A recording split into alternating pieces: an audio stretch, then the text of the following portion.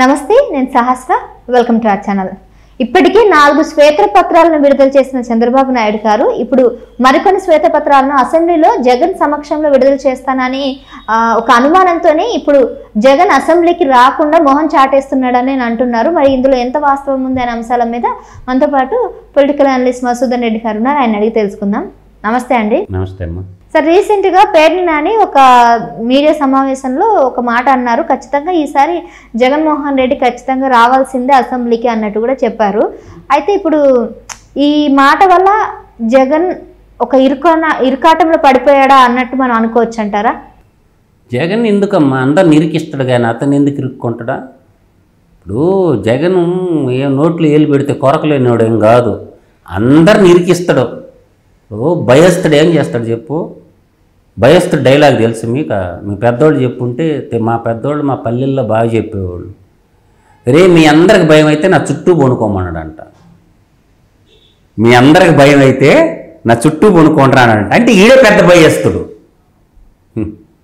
ఏది జగన్మోహన్ రెడ్డి గురించి ఇంతకాడికి నేనేం చెప్పాలి తల్లి? అందువల్ల ఏది ఏమైనా ఈ దాగుడు మూటల వ్యవహారాలు వద్దమ్మ. ఇప్పుడు ప్రజెంట్ ప్రభుత్వమైనా నేను చెప్తుంటేది ఒకటి, రాష్ట్రానికి అసలు అప్పులు ఎన్ని ఉంటాయి, ఆ అప్పులు ఎవరు ఇచ్చారు రాష్ట్రానికి? ఏమి తాకట్టు పెడితే ఇచ్చారు? ఆడవాళ్ళ జుట్టు తాకట్టు పెడితే ఇచ్చారా? లేకపోతే తిరుపతి కొండ బంగారం తాకట్టు పెడితే ఇచ్చారా? లేకపోతే రాష్ట్ర ఆస్తులు తాకట్టు పెడితే ఇచ్చారా? అసలు ప్రజలు తెలుసుకోవాలనుకుంటారు. నేను అనేది ఏంటంటే, అప్పు అప్పు అంటారమ్మా. మా కొంప ఉంది, మా కొంపలో నా పొలం పెడితే కాపులోని ఇస్తారు. నా పొలాన్ని ఎత్తుకొని పోయి మార్టిగేజ్ లోన్ పెట్టానుకో ఎకరాకు ₹1,00,000 ఇస్తారు. మార్టిగేజ్ అంటే తాకట్టు అని, క్రాప్ అంటే పంట రుణాలకి ఇచ్చేసే అనమాట. అట్లా రాష్ట్రాన్ని ఎవరెవరికి ఎంతగా తాకట్టు పెట్టారు, ఆ తెచ్చిన డబ్బులు ఎవరెవరికి ఇచ్చారు, ఇది చెప్పడం లేదమ్మా ఎవరు కూడాను. ఇది తెలియాలా, ప్రజలు కూడా తెలుసుకోవాలని కోరుకుంటున్నారు. ఒక విద్యుత్ శాఖలోనే 1,29,000 కోట్ల అప్పు ఉందంటే మిగతా శాఖల భోగోతం ఏంటి?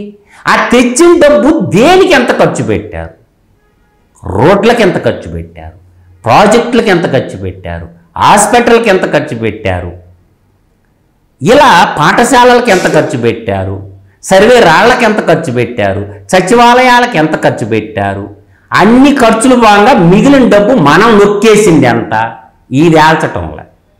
అంటే ఈ శ్వేతపత్రము అంటే ఏం లేదమ్మా, ఇదేంటి శ్వేతవర్ణము అంటే తెలుపు, తెల్ల కాగితం. శ్వేతపత్రం అంటే ఏంటి? తెల్లపత్రము. ఈ తెల్లపత్రంలో ఏమంటే ఏముండవు, దీని మీద నల్ల అక్షరాలు ఉంటే దీన్ని శ్వేతపత్రము అంటారు. శ్వేతపత్రాలు ఇస్తారు, ఏం చేయాలా? ప్రజలు తెలుసుకోండి. అవినీతి సొమ్ములు ఊరికి ఎక్కియాలా? శ్వేతపత్రాలు తీసుకొని కుంకుమ పూసుకుంటారు ఏంది? ఆడవాళ్ళు ఏమో కుంకుమ బరిలు పెట్టుకొని బుట్టు పెట్టుకుంటారు. ఆ డబ్బు నొక్కేసిన వాళ్ళందరినీ ఏం చేయాలా? కటకటాల్లో వేస్తే ప్రభుత్వాన్ని నమ్మతారు. డబ్బు మనం శ్వేతపత్రం రిలీజ్ చేసిన మస్తుగానే ఉంటుందమ్మా, అర్థమవుతుందా? శ్వేతపత్రం రిలీజ్ చేసిన మస్తుగానే ఉంటుంది. డబ్బు బాధ్యతలు ఎవరు? వరదొస్తే బాధ్యతలు ఎవరు? ప్రజలందరూ కదా. అట్లే ప్రభుత్వం అప్పుల పాలైతే బాధ్యత ఎవరు? ప్రజలందరిదే. Simple logic. వరదొస్తే బాధ్యతలు ఎవరు? ప్రజలే కదా. పక్షులు, పొలాలు, భూములు అన్నీ ప్రకృతిలో ఉన్నటువంటి. అలాగే అప్పు వస్తే బాధ్యతలు ఎవరు? చంద్రబాబు నాయుడు బరాయిస్తాడా? లేకపోతే క్యాబినెట్ మంత్రులు బరాయిస్తారా? బరాయరు, మొత్తం ప్రజలదే. అంటే మీరు కట్టండి, ఇదిగో ఇంత అప్పు ఉంది మీరే కట్టాలా అని చెప్పేదాన్నే శ్వేతపత్రం అని నేను చెప్పేది నా యొక్క వ్యక్తిగత అభిప్రాయం. ఇప్పుడు విద్యుత్ ఛార్జీలు ఉన్నాయమ్మా, 1,29,000 కోట్లు యాడ్ నుంచి తెచ్చి కడతారు చంద్రబాబు నాయుడు. ప్రజల కాడి నుంచి తెచ్చి కట్టాలి, మీరు కట్టాలా ఈ అప్పు అని దాని అర్థం. ఏ ముఖ్యమంత్రి అయినా అంతే. శ్వేతపత్రం అంటే నా దృష్టిలో అది ఒరిజినల్ శ్వేతపత్రం ఏందని చెప్తానా?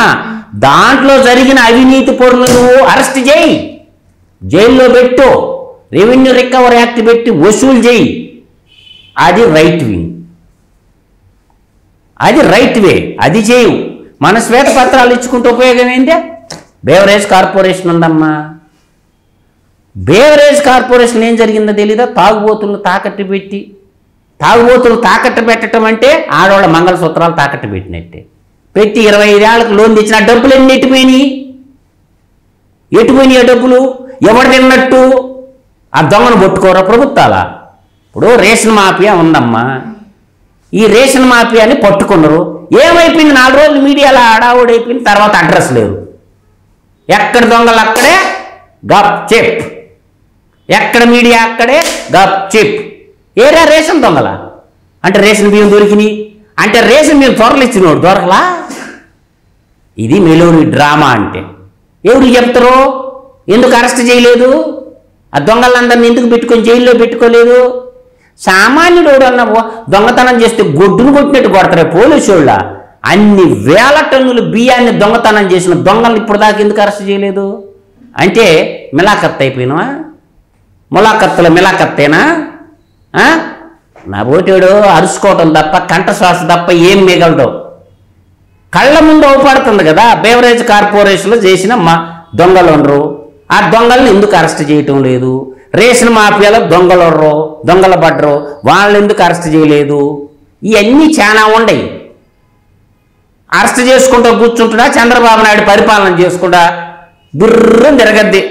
వాచీలో ముళ్ళుగా తిరిగినట్టు, సెకన్లు ముళ్ళు తిరిగినట్టు తిరగతా ఉంటుంది కాలగమనం. ఒకటే తేదీ ఇచ్చాలి పింఛన్లు ఇవ్వాలా, ఒకటే తేదీ ఇచ్చాలి జీతాలు ఇవ్వాలా, మళ్ళీ 6 సంక్షేమ పథకాలని సూపర్ 6 పథకాలు అమలు పరచాలా. ఇవి చూసుకుంటాడా? శాంతి భద్రతలు చూసుకుంటాడా? వచ్చే ఫ్లడ్ని ఎలా కంట్రోల్ చేయాలా ఇవి చూసుకుంటాడా? రాష్ట్ర అభివృద్ధి చూసుకుంటాడా? ఈ దొంగ నా కొడుకులు నమ్మిడి తిరుగుతాడా చంద్రబాబు నాయుడు? బతుకు పోనరా, 1 సంవత్సరంలోనే వదిలేసిండు. అంటే వదలటం అంటే ఫ్రీగా వదల్లా, సపరేట్ టీములు పెట్టున్నాడు. వాళ్ళ చేత ఎంక్వైరీ రిపోర్టులు తెప్పించుకుంటుండో ఎక్కడెక్కడ ఎంతెంత జరిగింది అంటే ప్రభుత్వ అధికారులు కూడా సహకరించొద్దు ముఖ్యమంత్రి ఎక్కంగానే అన్ని అవతాయి అనుకుంటే మీ భ్రమల్లో ఉన్నట్టు, మీకు బ్రెయిన్ లేనట్టు, మీ బ్రెయిన్ అంతా డ్రైన్లో ఉన్నట్టు. ఎందుకు చెప్తున్నానంటే ఈ మాట నేనా? పాయింట్ 1 గుర్తుపెట్టు. ముఖ్యమంత్రి అయిన తర్వాత ఏముందో చూసుకోబడలే. చీఫ్ సెక్రటరీ సెట్రెట్ అయిండు, డీజీపీ సెట్రెట్ అయిండు, పై నుంచి కిందకు నరుక్కుంటా వస్తుండు. తర్వాత ఏం చేసిండు? కలెక్టర్లను సెట్రెట్ చేసిండు, తర్వాత ఎస్పీలను సెట్రెట్ చేస్తాడు, దాని తర్వాత ఎవరిని సెట్రెట్ చేస్తాడు? డిఎస్పీలను సెట్రెట్ చేస్తాడు, దాని తర్వాత ఏం చేస్తాడు? సిఐ కాడికి వస్తుంది, దాని తర్వాత ఎస్ఐ కాడికి వస్తుంది. ఇది ఆర్డర్ కదా. కుర్చీలో కూర్చోగానే తుపాకు పెట్టుకుని గాలి చేయటం ఇదేం రాజరిక వ్యవస్థ? నచ్చినోని గాలి చేది ప్రజాస్వామ్యం, చట్టానికి, న్యాయానికి, లాండ్ ఆర్డర్కి, తర్వాత రూల్ ఆఫ్ లాకి, వీటన్నిటి కట్టుబడి పనిచేయాలా. నేను కుర్చీలో కూర్చున్నాను కాల్చేయమంటే ముఖ్యమంత్రి కాల్చేయమని కానీ పోలీసుడు కాలుస్తాడు. ఎందుకు నువ్వు వచ్చి కాల్చుకోసారి అంటాడు. అందువల్ల ఏంటంటే ఒక వ్యవధి అనేది కావాలా. అందువల్ల ఏంటంటే వెనక పక్కన పొగ బాగానే పెడతారు. అవన్నీ ఒక్కొక్కటి తిరుమల కొండంత ఎత్తు కేసులు పడబోతుంది జే గ్యాంగ్ మీద. అందుకని గజ వణకుతుండో. డిసెంబర్లో చలికి, జనవరిలో చలికి ఎట్టో వణుకుతాడు మంచుకొండల్లా. అట్ట వణకుతుండో, వణుకుతా నటిస్తుండో. ముఖంలో కళ చూడు ఎట్టుందో అప్పయ్య కళ. ఒక ఆయన అదే మాకు చింతామణి నాటకంలో ఒక డైలాగ్ చెప్తా, గుర్తుపెట్టుకోండి. ఆ రోజుల్లో మీరు బజార్కి వస్తుంటే బజార్కి పెట్టిన బల్పుల్లాగా మిలా మరిచిపోతుండేదంట. ఇప్పుడేముందయ్యా బర్రికి పట్టిన జోరీలాగా ఉండవా అని అంటారు. ఆ రోజుల్లో సీఎం బయటకు వస్తుందంటే పచ్చని చెట్లు నేల కొట్టేయాలా, పరదాలు కట్టేయాలా, స్టేజీలు కట్టేయాలా, వేల మంది ఇళ్లలో నుంచి బయటకు ఊరు రాదు. పెద్దింటి ఆడవాళ్ళు బయటకు వస్తారంటే ఇళ్లలో ఊరు బయటికి రావాకంటే చుట్టుముట్టు పరదాలు కట్టుకొని చెట్లన్నీ గుడ్డేసుకొని మనం స్టేజీలు ఎక్కి సిద్ధమా అన్నాడు కదా. అటువంటిది ఆలోచన చేసుకోండి. ప్రజాస్వామ్యంలో పద్ధతిగా ఉంటే పద్ధతిగా ఉంటాడు. రాముడు ఉన్నాడు, రావణాబ్రహ్మణుడు. రాముడు చరితార్థుడై మిగిలిండు, రావణాబ్రహ్మ చరిత్రలో రాక్షసుడిగా మిగిలిపోయిండు. అలాగే జగన్మోహన్ రెడ్డి చిరస్మరణీయుడిగా జగనాసురుడు నామదేవుడై జగన్మోహిని రెడ్డిగా మిగిలిపోబోతుండు. ఈ 2 నామదేవుడవుతాడు. ఏంది అతను మిగిలినది జగన్మోహన్ రెడ్డి జగనాసురుడుగా, తర్వాత జగన్మోహిని రెడ్డిగా చిరస్మరణీయుడై ఎలుగొందబోతుండు. రాముడు రావణ బ్రహ్మ వీళ్ళిద్దరి గురించి చెప్పాను నేను. రాముడి కాడికి గొప్పోళ్ళు ఎవరు లేరు. రాజ్యపాలకుడు అంటే రాముడు. ధర్మగంట ఉండేది, అటు కొడితే వచ్చి ప్రజలకు అందుబాటులో ఉన్నాడు. 5 ఏళ్ళు ఏడ కొనుక్కున్నాడు. రావణ బ్రహ్మ తమ్ముడైన కుంభకర్ణులాగా తాడేపల్లి కొంపలో నిద్రపోయి ఇప్పుడు మెలుగు వచ్చింది అబ్బాయికి. ప్రజాస్వామ్యము, రూల్ ఆఫ్ లా, రాష్ట్రపతి, పార్లమెంటు, ధర్నా, జీతాలు పెంచమని అడిగి ధర్నా చేసిన ఆడబిడ్డల మీద ఎట్టగొట్టినరా నువ్వు? సజ్జలోడు నువ్వు గెలిచి ఆడపిల్లల అంగన్వాడి టీచర్లు ఎట్టగొట్టించిందమ్మా. విజయవాడ ఎట్టదా నువ్వు ధర్నానే చేయకూడదని సజ్జల రామకృష్ణారెడ్డి నువ్వు గెలిచి ఎంత నాటకం వేసిర్రా. ఇప్పుడు నిన్ను గుమ్మరా? ఆడవాడు గుమ్మినట్ట. ఆడ పోలీసులు పెట్టి కొట్టిస్తావు నువ్వు. ఏమొద్దు స్టేట్లో ధర్నా రేపు ఢిల్లీలో. ఆడ సిఆర్పిఎఫ్ ఆడ లేడీస్ వస్తారు. కేంద్ర ప్రభుత్వంలో ఉండేది ఎన్డీఏ గవర్నమెంటు, రాష్ట్ర ప్రభుత్వంలో ఉండేది ఎన్డీఏ గవర్నమెంటు. ఎవరికి ఇస్తావా? ఎవరికి ఇస్తావు పత్రమా? నువ్వు ఏడా చంద్రబాబు నాయుడికి తిట్టొచ్చు. చంద్రబాబు నాయుడు తిడితే మోడీని కూడా తిట్టినట్టే. ఎందుకు? అలయన్స్ గవర్నమెంట్ కదమ్మా ఇది, ఎన్డీఏ గవర్నమెంటు.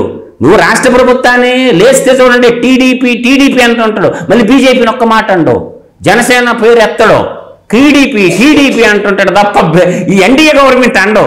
ఏడు ఎంత కిలాడి వాడు. ఎందుకండు? ఈ ఎన్డీఏ ప్రభుత్వం అనమని చూద్దామా? ఎందుకు? భయం. ఇది గారుతుంటది అబ్బాయికి. ఏమవుతుంది? ఎన్డీఏ గవర్నమెంట్ అనుమానం 2 సార్లు అనుమానం, 3వ సారి 6 చెల్లి పెడతారో లేదో కవితమ్మతో పోయి ప్రశ్న చేసుకోవాలా. ఆడంది కాదు ఇంకొక చెల్లి దేవుడిచ్చిన మన కేసీఆర్ బిడ్డ ఉంది కదా, ఈ బిడ్డ కూడా పోయి ఆడకపోయి రాజశేఖర రెడ్డి బిడ్డ కూడా పోయి నిన్నించి నేను చెడితేనే చెప్పుకోవాలా. అర్థం వస్తుందా? ఏ గూటి పక్షులు ఆ గూటికే చేరతాయి అని చెప్పి ఒక్కసారి అనమను. అందువల్ల మనం ఎంతలో ఉండాలి అంతలో ఉంటే మంచిది. రైట్ సార్, నమస్తే.